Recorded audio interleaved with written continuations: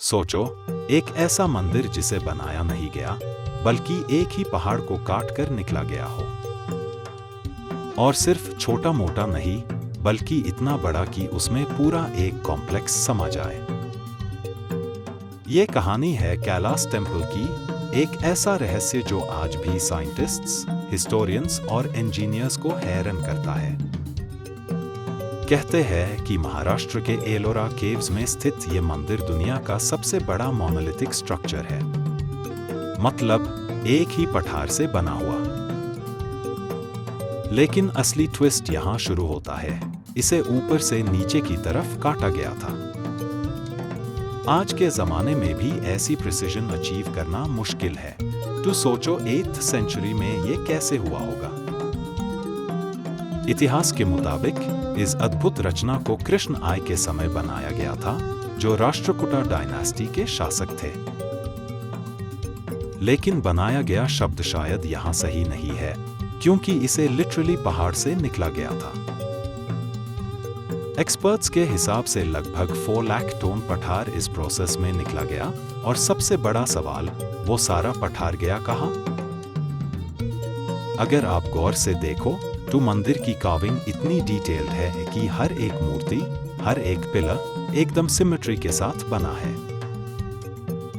ऐसा लगता है जैसे किसी ने पहले से ही पूरा 3D ब्लूप्रिंट बना लिया हो और फिर उससे फॉलो करते हुए पठार हटा दिया हो। लेकिन उस समय ना कोई मॉडर्न मशीन्स थी, ना हाई लेजर कटिंग टूल्स। कुछ लोग कहते हैं कि ये सब एडवांस्ड एंशिएंट टेक्नोलॉजी का प्रूफ है, तो कुछ लोग ऐसी और भी आगे बढ़ते हुए कहते हैं, क्या ये किसी एलियन सिविलाइजेशन की मदद से बना? क्या किसी लेजर लाइक टेक्निक का उसे हुआ था जो आज हम खो चुके हैं? ये थ्योरीज सुनने में थ्रिलिंग लगती है, लेकिन सच क्या है? सच ये है कि हिस्टोरियंस और आर्कियोलॉजिस्ट्स इसे एक इंजीनियरिंग मार्वल मानते हैं। उनका कहना है कि हजारन मजदूरों ने कई सालों तक लगातार काम करके ऐसी बनाया होगा। आयरन टूल्स, हैमर और चिजल के थ्रू धीरे धीरे पठार हटाकर इस मास्टरपीस को शेप दिया गया। लेकिन फिर भी इतनी परफेक्ट प्लानिंग और एग्जीक्यूशन आज भी एक मिस्ट्री बनी हुई है। सबसे इंटरेस्टिंग बात यह है कि मंदिर के अंदर जो कार्विंग्स है, वो लॉर्ड शिवा और उनकी कहानियों को डिपिक्ट करती है। हर एक दीवार, हर एक मूर्ति एक कहानी सुनती है, जैसे पठार खुद बोल रहा हो। लेकिन एक और सवाल जो लोगों को परेशान करता है, अगर इतना सारा पठार निकला गया था, तो उसका कोई ट्रेस क्यों नहीं मिलता? ना आसपास इतना डेब्री मिला, ना ही कोई रिकॉर्ड। क्या उसे कहीं और उसे किया गया, या फिर वक्त के साथ सब कुछ मिटा दिया गया?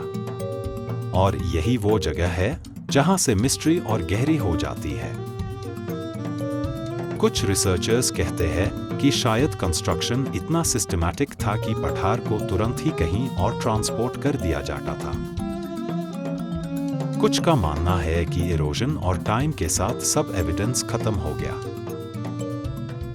लेकिन कोई भी थ्योरी इस पजल को पूरी तरह सॉल्व नहीं कर पाती। अगर आप इस मंदिर के सामने खड़े हो जाओ, तो सिर्फ उसकी साइज ही नहीं, बल्कि उसकी डिटेलिंग भी आपको एक अलग ही दुनिया में ले जाती है। यह सिर्फ एक मंदिर नहीं, बल्कि एक सवाल है, एक चैलेंज है मॉडर्न साइंस के लिए।